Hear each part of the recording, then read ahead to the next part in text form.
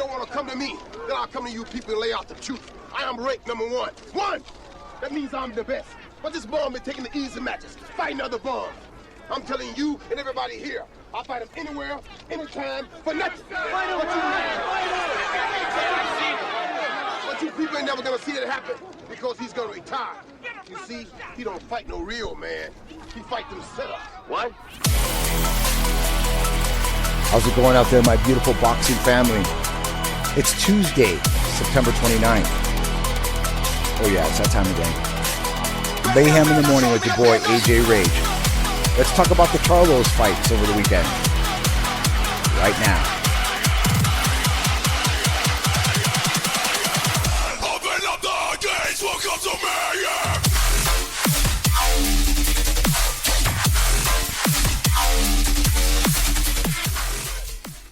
How's it going, everybody out there? I hope everybody's having a wonderful Tuesday, September 29th. This is AJ Rage, and this is Mayhem in the Morning. So, let's get right into it. Great weekend of boxing this weekend. I know there was a lot of talk out there as far as the overall package that was presented as this pay-per-view, headlining the Twin Towers in Jamel and Jamal Charlo. But I got to be honest with you. I sat with my brother and my co-host, Mighty Mike from Enter the Ring. We watched the fights, and we had a great time. The outcomes were a little bit different than what we had thought, but for the most part, I thought it was a good card.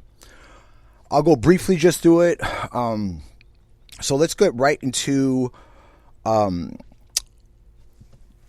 Charlo and his bout against Sergey Derevyanchenko. Very impressive, I feel. Charlo had a few issues, but once he kind of figured out Derevyanchenko, it started to turn into an easier night for him. I think the big issue that Derevyanchenko ran into that he didn't run into against Daniel Jacobs and against Gennady Golovkin was the fact that I just feel Charlo's a bigger, stronger, and maybe hits a bit harder because whatever Derevyanchenko was able to do using his angles with his mobility, the combination punches that he exhibited against Gennady Golovkin, he never went that route with Charlo. I think he felt the effects of Charlo's power early on in the fight, and Charlo kept a different pace and was able to control the action. And Derevyanchenko was just kind of sitting out there, hanging himself out to dry. Charlo was hitting him at will at one point. At one point, I think it was around the 9th or 10th round. I was thinking to myself, this fight's not going to go very much longer. So, big props to Jamal Charlo. I think he's set himself up as one of the key items right now in the middleweight division. There's going to be hopefully some good possible matchups. I know Charlo's, he's willing to step in there with pretty much anybody. I know there's some talk about him and Gennady Golovkin. Gennady's got a fight coming up against somebody. I'll be honest with you. Once again, it's another fight for Gennady that I've never even heard of this opponent, but it is what it is. My early prediction, if that fight happens, Charlo beats Gennady Golovkin. He beats him hands down. Gennady's got some tricks, and he's got some ring savvy, and he's experienced, pedigreed Olympian. But at the end of the day, Charlo's younger, bigger, stronger. And if Gennady couldn't handle the pressure and just the overall skills of Derevyanchenko, how's he going to handle Jamal Charlo? But we'll see what happens on that. Going to the next fight, you had Jamel Charlo going up against champion Jason Rosario. Both the champions coming in there to unify the titles. Shocking. Jason Rosario, I felt, came out exactly like I thought he was going to. He was able to control the pace. He kept Charlo at the end of his punches. He fought like a tall fighter. Jason, with the exception to the knockdown in the first round, which I questioned, to me it wasn't really a knockdown.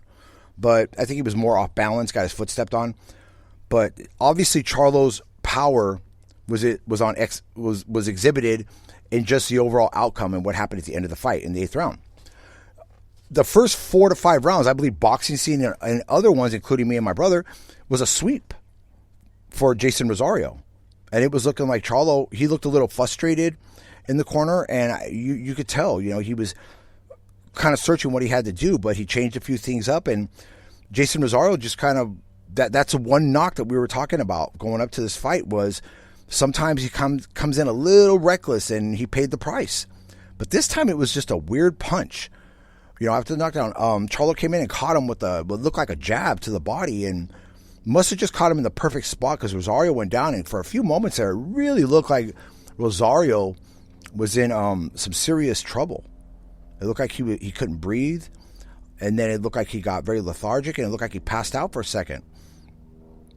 I was a little perturbed with Charlo's tactics. I think that's one thing. If I have one knock against the Charlo brothers, it's their character. There's nothing wrong with having that villain attitude, but at the end of the day, it's boxing. And I'm going to say the same thing that I said about Teofimo Lopez. We don't need fighters like this. A fighter gets hurt, you got the victory. Show a little respect. Don't walk around him like he's prey, like you are a lion and he's a prey and you just killed him. And no, he's a fighter that gave you an opportunity. You gave him an opportunity, so show the respect.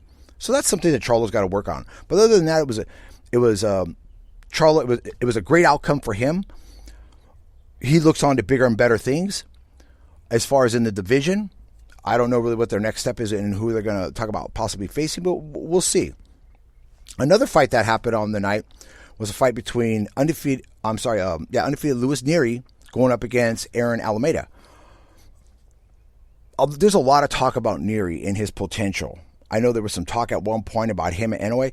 Let me tell you something right now. Inoue would have made short work of Luis Nery. Luis Nery, to me, still, he was having issues with Alameda.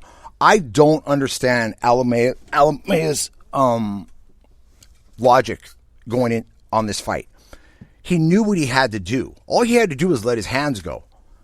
And for some reason, the guy, I said it early in the fight. I said, I think the guy hurt his hand.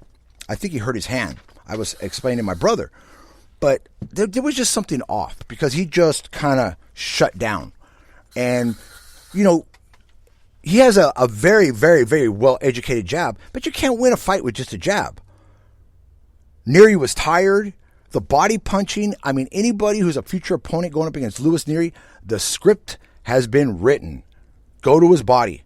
Alameda went to his body, and that man was done. If Aaron would have put together, I told my brother, if he would have came out in the 12th round, and for the first minute threw nothing but body shots, that fight was over. It'd be like a scene from Rocky when he took out Drago, or Clubber Lang, work the body, and all of a sudden, then you go to the head. But for some reason, I never saw it like my brother, but he made a great quote. He's all, I've never seen a guy so happy to lose in Aaron Alameda. So we'll see what's got Alameda or whatever. So we're going to see what's going to happen with him. I probably won't have to ever mention his name again, so we'll see what happens. But with that, it was a great night. Overall, I enjoyed the event. I enjoyed hanging out with my brother, watching the event and stuff like this. We're boxing people. For people that love boxing, not the casual fan who's always just looking for the big Pacquiao fight or whatever, and I don't want to talk about Mayweather and this ludicrous possibility of a fight against this non-fighting Logan Paul. I said it before on one of our social streams. I said, you're not going to make millions. You're not going to get that, whatever you're seeking. You have no chance in hell against a guy like Mayweather.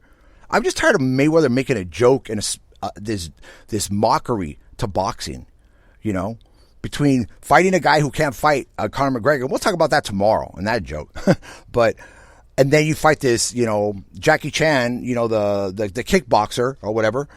And now you're going to fight a guy who's a YouTuber. Come on, Floyd. Have a little respect for your career. If you truly, truly want to end on a high note, I thought you did. But now you're doing this spectacle.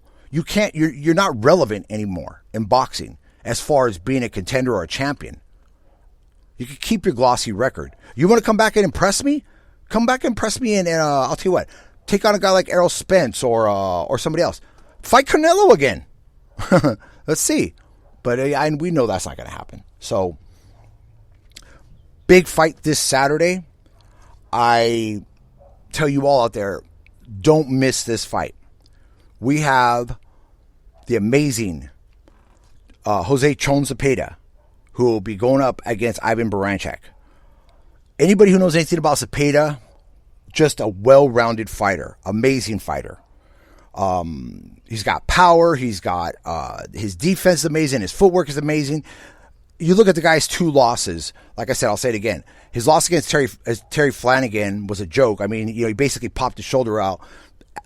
in the second round, Chon Zepada was going to knock Flanagan out and win that title. So that was a setback. He comes back against Ramirez, wins the fight. They don't give him the decision. And Ramirez wants nothing to do with Zepada.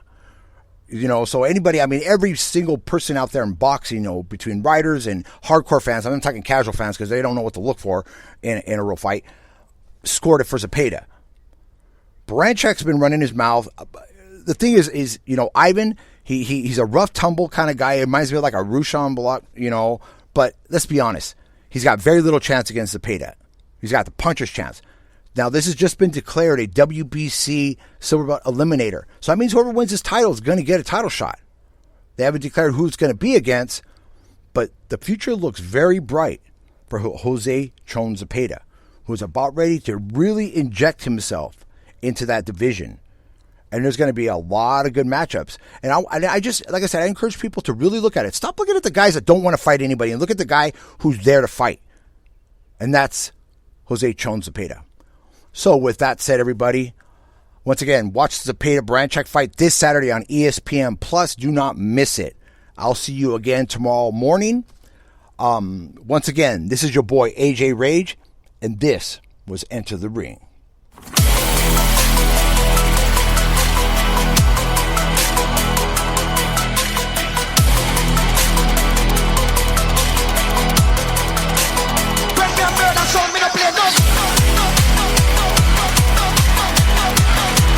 Thank you again, people. This was Mayhem in the Morning with your boy AJ Rage. We'll see you tomorrow. Open up the gates, welcome to Mayhem.